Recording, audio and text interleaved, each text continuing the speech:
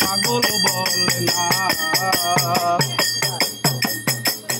লাইলি মজনু প্রেম করিল